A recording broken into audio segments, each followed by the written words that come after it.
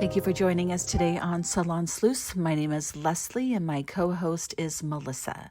I want to remind all of you who listen to us on a regular basis, or maybe this is your first time, to please follow, subscribe, like, share, whatever the case may be for the platform you are on. Now, we do post these episodes on YouTube with video for those of you who'd rather watch. We enjoy making these shows, but unless you interact with us, we're not sure if you do. So please jump on your social media and let us know. You can find us under Salon Sleuths on almost any platform. Now, we hope you enjoy today's show. Thank you. Hi, I'm Leslie. I am solo without Melissa this week, but I wanted to share with you a true story. It is a story about my salon, how it got started, but I'm going to go way back before all of that and tell you about a really amazing person that I had in my life. Um, it feels like a really short time. It was a short time, but I want to explain to you who she was and kind of what has happened up until this point regarding her and her family and how it has changed my life and how she has made me part of who I am today. Anyway, so we're going to go back to, let's say, around the late 90s. I worked at a store called Nature's, and it's a health food store here locally. I think there is still a location here, but in the time when I started working there, they had sold a few times. And but when working there, they had this really amazing upscale salon, spa actually. And while working there, I had met a girl named Janie. Now, Janie was, well, I would call her tall, but she wasn't super tall. She was taller than me, but I think who she was personally made her to me feel like a big presence. And she was blonde and beautiful. And I was super insecure around her. She came into the spa working as a nail tech, and she had lots of experience behind her. She had a great clientele, and here I'm like right out of school, brand new, not really knowing what I was doing. So she comes in, and not only am I insecure because of her looks, but she's also has a lot more education behind her. And being a newbie in this, I have no idea really kind of what I'm doing, but I'm just going to make it work. Anyway, so apparently it was obvious that maybe I wasn't a big fan of her. And it wasn't that I wasn't a big fan of her. I was just super intimidated by her. So my manager pulled me aside and asked me what my problem was. And I just said, well, look at her. She's like perfect.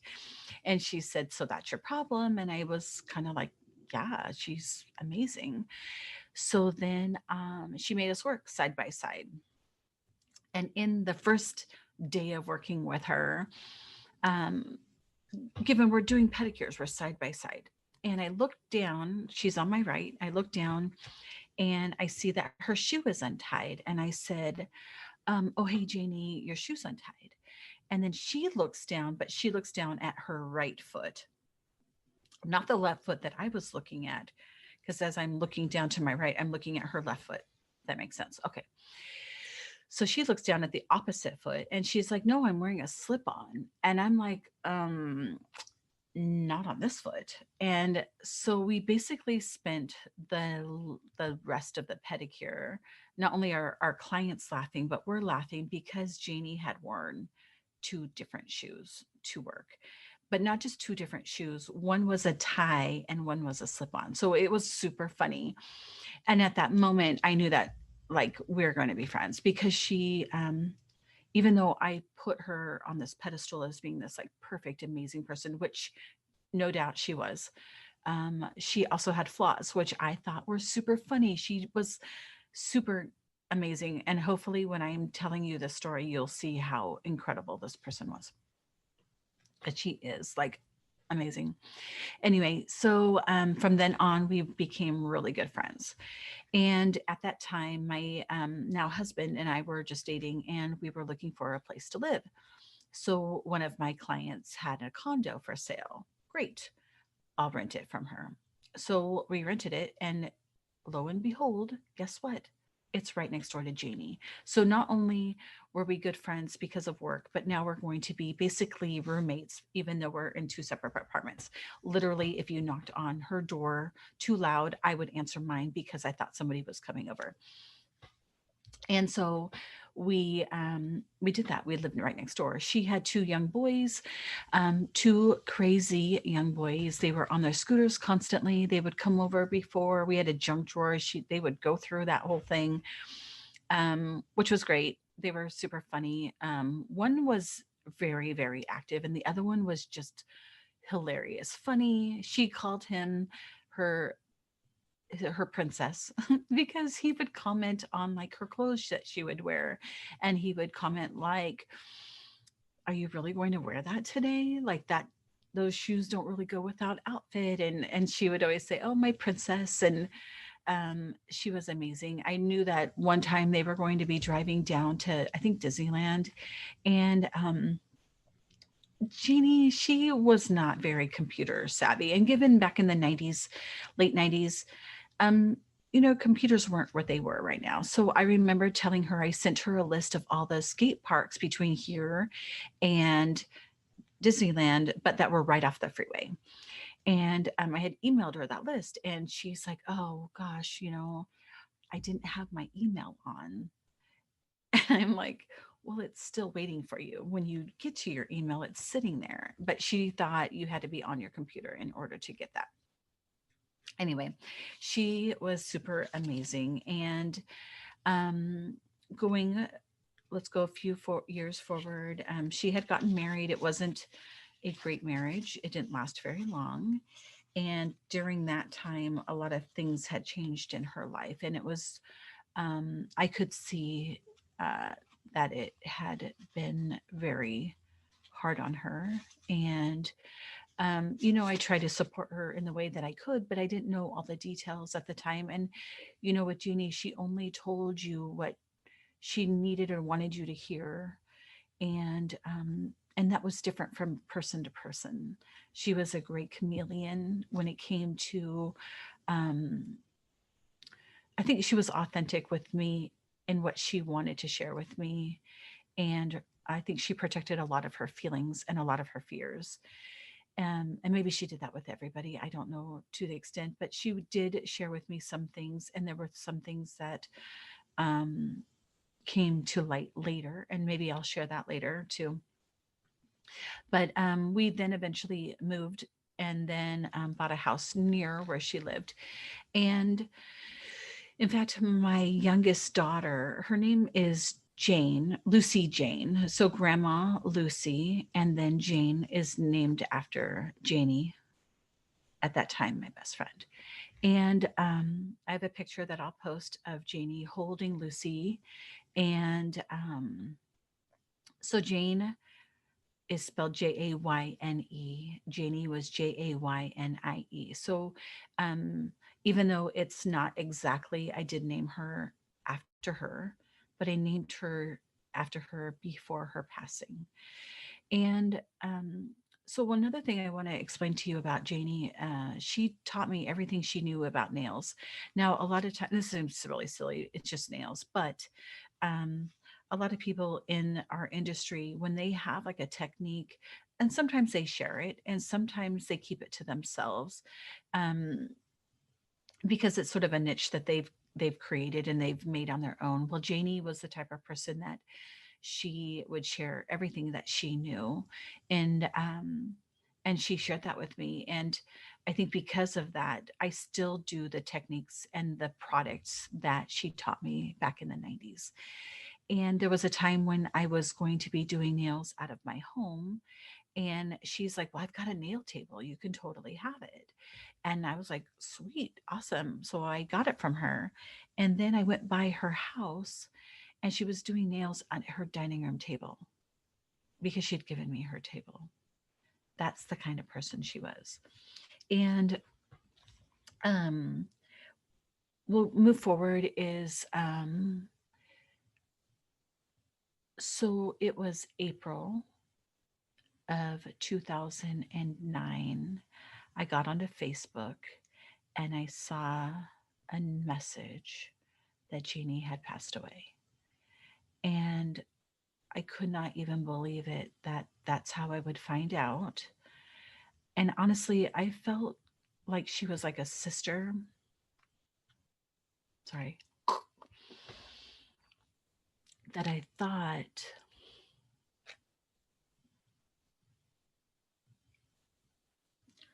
that I would have felt that she was gone. And I didn't, I had no idea. Sorry. And so that was really a hard time to find out. But in that time, I had already booked an appointment with a psychic, and her name is Renee. And Renee has been on our show before, and I will link her website again. And I went to Renee, and she told me things. She immediately knew what had happened, and she immediately picked up on Janie. And I was like, oh my God, you know, she told me things about Janie that weren't confirmed until like probably, I don't know, a few months later. And at the time I didn't know what she was talking about, and then it all came true. It not only it didn't come true, just what she had said that I doubted actually made sense later. But what had happened was once went to Renee and talked to her about Janie, I knew Janie was in a different place. I knew that she was still like spiritually here with all of us. I just knew that she physically wasn't here.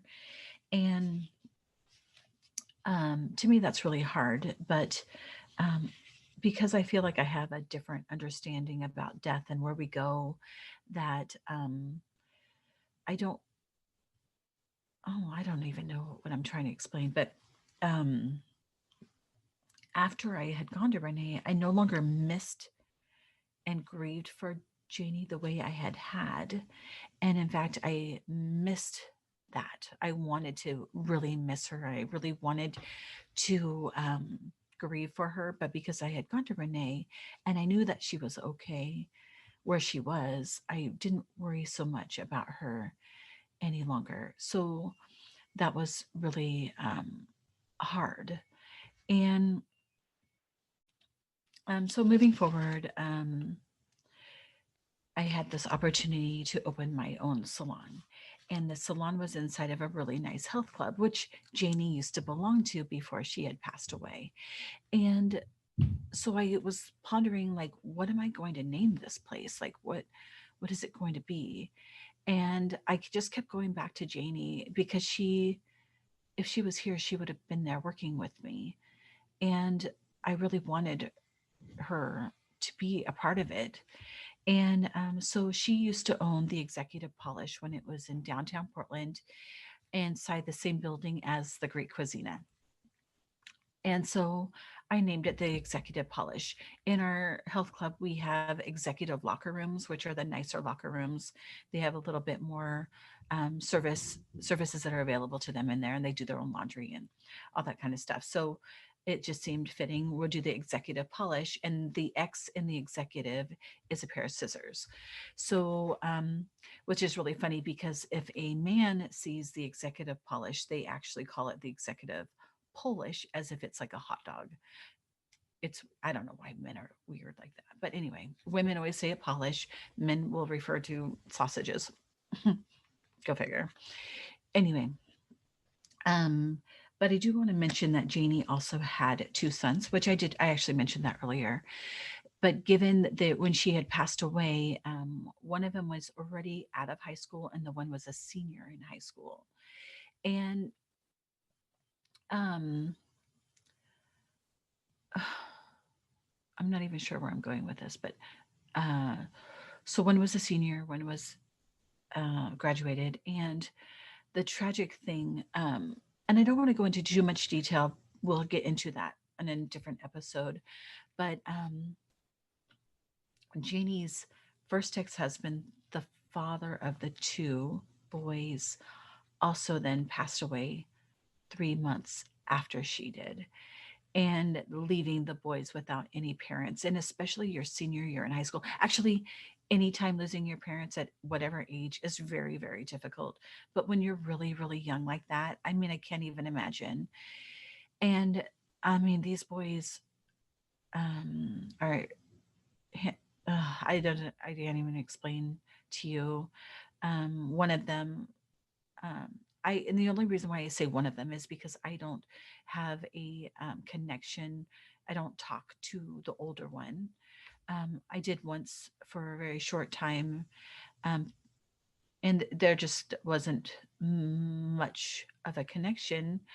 But the younger one, which was the princess, he, I'm just extremely proud of who he is and considering what he went through.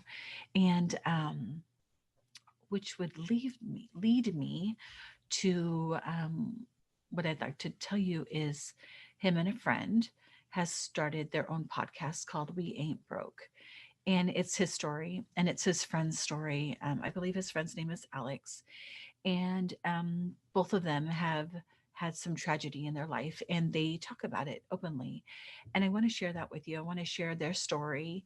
And I'm going to have them on a future episode where we can kind of get into detail. We can talk about um, some of the situations with his mom, maybe go into a little bit more detail about Alex and what he's been through.